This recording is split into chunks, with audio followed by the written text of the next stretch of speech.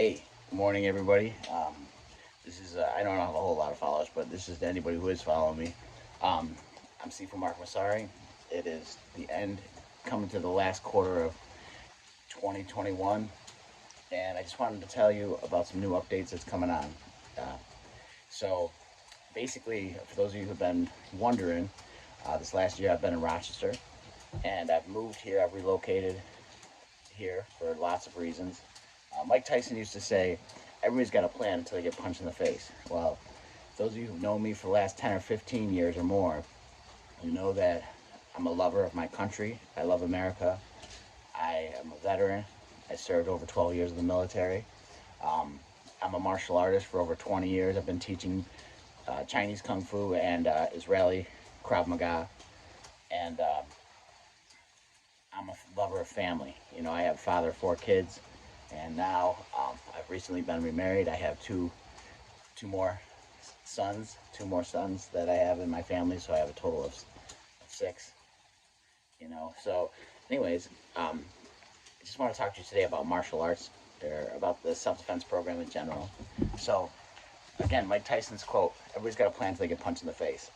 Well, I have been a Second Amendment advocate too. That's the other thing. As a freedom lover in America, I believe the First and Second Amendment. There's a T-shirt out there that says that the Second Amendment gives us the right to protect the First Amendment, which is, of course, the freedom of speech, the freedom of religion, the freedom of the press. Okay, I believe in the last 5 years, the First and Second Amendment have been under attack. I mean, it's been longer than that, but if you look at the last 5 years, it's like a turning point has happened in that battle. For me personally, my belief system was tested on a very deep level, not just as an American, but as a man, and as a man, a follower of God, because I lost pretty much everything. I lost my business. I lost my brother. I lost my family. I got a divorce. I was separated from my children. I was incarcerated. I lost my freedoms, all of my rights, not just one or the other, all of them. Because once you get arrested and you go to jail or prison, you've lost your rights. If you're not free to go anymore, you're under arrest. So, anyways, for those who are interested, I lost my rights related to Second Amendment. But, anyways, I went through that and I've come out the other side, just like Aragorn going through the Hall of Dead Kings and the Lord of the Rings. But, anyways, those of you who know me, I've been teaching since I moved to Rochester. I've been teaching the martial arts as a business. I started it up just the same way I did when I was in Albany area. But the thing is, for me, something just hasn't felt right. I haven't been able to pull the students that I've wanted to pull. And even to the point where I'm like kicking myself at the end of the year, like, what am I doing wrong? So, you know, the Bible story of the disciples fishing all night and catching nothing comes to mind. And the fact that I've been trying everything I can to build a business, you know, but I also knew that it wasn't going to be built by ordinary means. So one of the things that I was able to do in my 15-month sabbatical was spend a lot of time thinking and reorganizing my life and deciding what strategies that I've been implementing have been wrong, what have been right, et cetera, et cetera. So one of the ones that I believe is that I believe that as a human, we're supposed to fight. You know, we have to swim uphill, okay? If you don't, you die, okay? If you don't, you know, there's even struggle with being born. You know, for anybody who's ever had a baby knows that it's not a simple, smooth, relaxed process, okay? There's a struggle, there's a pushing, there's a, you know, laboring, okay? That's why they call it labor, because it's hard work. But anyways, life starts as hard work from the beginning.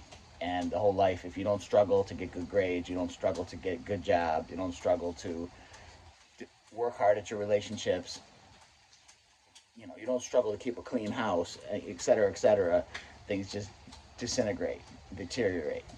So, anyways, one of the things that I came up with is, and I don't believe it's me exactly, I believe God has showed me a truth, is that I've been fighting a lot of my years of struggling to build a business. I've been struggling on a natural level, okay? I've been trying to fish like the disciples. They fished with their abilities. They were great fishermen. They're experienced. They had skills. But when Jesus came into the picture, their skills didn't work. They couldn't catch fish until he told them, throw your net on the other side of the boat, which doesn't make any sense. The same fish on this side of the boat or on that side of the boat. But the point was that they needed to listen. And God was trying to show them something, which was, I can provide for you. You don't have to worry about money. You don't have to worry about the same stuff that people who don't know me have to worry about. Okay? He was trying to shift their minds. Okay? So he told them he was going to make them fishers of men. So what he meant is that he didn't say your skills aren't important. He said your skills, I'm about to take the skills that you've developed in your life and bring them into a whole other direction. Okay? So that's what happened with the disciples. And I believe one of the things that God showed me is that there's 2 or 3 areas, depending on how you split the pie, that humanity needs to be concerned with. One, obviously physical. The things of this physical life, including working and education and family and stuff. There's a spiritual component that has to do with our relationship with God, our spiritual relationships and connections with each other, humanity, okay? Jesus said all of the commandments can be summed up in 2, loving God and loving your neighbors, okay? And then the question was, who's my neighbor? Well, your neighbor is everybody. Your neighbor is anybody who's close to you. All right? If they're in your neighborhood of planet Earth, they are your neighbor. And it just kind of depends on your life on which neighbors you decide to reach out to. I had an interesting thought this was actually yesterday. I was at work, and the thought was, what if you get to heaven and the first person you see, everybody who believes in God is like, yeah, I'm going to see Jesus first. But what if Jesus shows up and takes on, this is just kind of a mind game to think about, what if he shows up as the person you really hate, the person that really annoys you, the person who's really messed up your life here on planet Earth? What if he looks like that first? How would you treat that person? Because one of the things is you ain't getting into heaven unless you're dealing with forgiveness. So if there's somebody that you can't handle, that even their picture or the conversation comes up and they're talked about, it bothers you to the point that you get so angry. Well, what if that person was the one who greets you at the door of heaven? Okay? What would you do? So if you're like, man, I ain't going then, well, then that's a mistake, okay? Because they're just, your forgiveness is basically, on the other side of your forgiveness is all the things God wants to do in your life. And if your anger and unforgiveness is keeping that from you, that's a problem. Jesus says, if you forgive others, he'll forgive you. So, anyways, we're not going to talk about that, but the 3 components of humanity, physical, spiritual, and emotional, okay? And I say emotional because that's the 3rd component that kind of connects to the other 2, okay? It's like a bridge. It's not by itself, but your emotional life, your internal life is directly connected by your physical life and your spiritual life. If you're super depressed, it might be because you're way overweight, out of shape, whatever, and you have no energy. That could relate to your emotional state of depression. Another reason your emotional state could be all messed up is because you have no connection and relationship with God, or your relationship with God and other people is all screwed up. So those things can affect your emotional relationship. Another reason could be that you've been in an abusive situation. Life has beaten you up, and you are bleeding all over the place emotionally because you need those wounds to be healed. Well, I believe God is the one that can heal them, the only one. So, anyways, how this all relates to martial arts. You're like, what the heck is he talking about?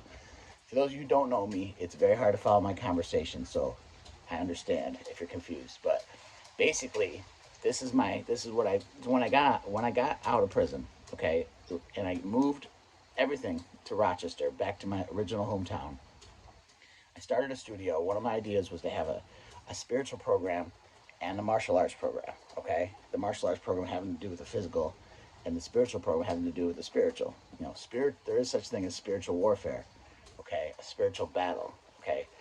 So, anyways, I had a Bible study on Friday night, and after a few months, actually when I met Tanya, my wife, she even came to a few of them, and then they kind of dissolved, because we didn't have a whole lot of people there. But anyways, I want to get back to that. So what I'm planning to do is we're going to have videos, maybe once a month, twice a month. I'm going to make a video and have it live at the studio. So if you come to the studio, you can be a part of the audience. But what I call healing sessions, and these are talks and prayers that are going to address spiritual healing and physical healing, and how we get our lives back on course after we've been punched in the face, like Mike Tyson says. And I'm telling you, this is not just going to be coming out of my educational experience, but this is coming out of life experience. I've never been punched in the face so hard as I've been in these last 5 years. But I've also never been, my eyes have been spiritually open. I just had a conversation with my boss yesterday, and he was like, "How you doing, man?" I'm like, "I'm doing good." And he's like, "Yeah, you're always doing good." I go, "Well, yeah, when you've been down, so down, everything else is up." And sometimes losing things, I have friends that have had houses burned down. I've had people who've lost everything. I've lost everything too. I mean, I literally, to the point that I didn't have my own clothes anymore. Okay? Not only my own family, not only my own place to live, I didn't have clothes of my own anymore. I had to wear a uniform for 15 months that was not mine. So when you start losing everything, including your losing freedom of being able to move from one place to another, it causes you to reevaluate. So anyways, that to be said, I got to end this video, but so what I'm doing is I'm going to be having a Friday video slash live healing session anybody can come to. Second thing is a paradigm shift. For the first time in over 20 years of teaching martial arts, I've decided that it's going to be free. So how am I going to make money teaching a free program when I got to pay overhead and stuff like that, and there's expenses of business? I don't know. But I do know that God can provide. The same way he provided food for 5,000 people, and then he provided food for 4,000 people, and another time the same way he filled nets full of fish after they fished all night and caught nothing. It may sound crazy, but I believe this is the move, okay? And sometimes the crazy move, like, hey, I'm going to attack a giant with a stone and a sling, is the right move. So that's what I'm doing. So if you've ever wanted to do some training with me, you can now for free. You don't even have to pay, okay? Number two, if you are a little bit spooked by all this Jesus talk, it's okay. You don't have to come to the spiritual program, and I promise you it's separate. The martial arts that I teach is just, I just deal with the martial arts. I don't try to weave, I keep them separate. Just like if you go to a college and you have a French class and you have music class, we're not doing music in French, and we're not doing in the other way around, okay? So we keep the topics separate. Though I do believe they're all connected as far as who we are as people and how we make progress. I also want to say that I'm still in progress and process. I have not arrived. I'm not fully worked through all the things that need to be worked through in my life. But I will tell you that I've been on this journey of spiritual healing for almost 30 years. It's about as long as I've been on this journey in the martial arts. Shortly after I joined my Kung Fu program as a teenager, I started going to healing conferences with my father that started in North Carolina, and they're also all around the United States, and training myself in that way and learning why certain things in my life weren't working. And a lot of times now people come and they say, "Hey, man, you're really just amazing. I really like this or that about me." And the truth is, it's because God has worked through stuff in me. Why are you so positive? Why don't you want to get people back? Well, because I've learned that trying to seek revenge and holding unforgiveness towards people who have failed me is like poison in your life. It's not that I just like, oh yeah, you can punch me in the face and I'll smile at you and call you my buddy. No, that's not what it is. It's that I realized that when you don't forgive people, it poisons you. So anyways, I'm going to be teaching. So this is something that I came up with almost 2 years ago now, is I'm going to do some Bible teaching on healing, and we're also going to do some martial arts teaching on physical defense, because we're living in a violent America. I believe America is continuing to deteriorate. I believe that we are at war in America, and that our ideals as a nation are being stripped away, okay? What we believe about ourselves as Americans has been stripped away. Now, you may be in another country that watching this and you're like, well, what does this have to do with me? Well, I'm not just talking about America. I'm talking about Western civilization. I'm talking not just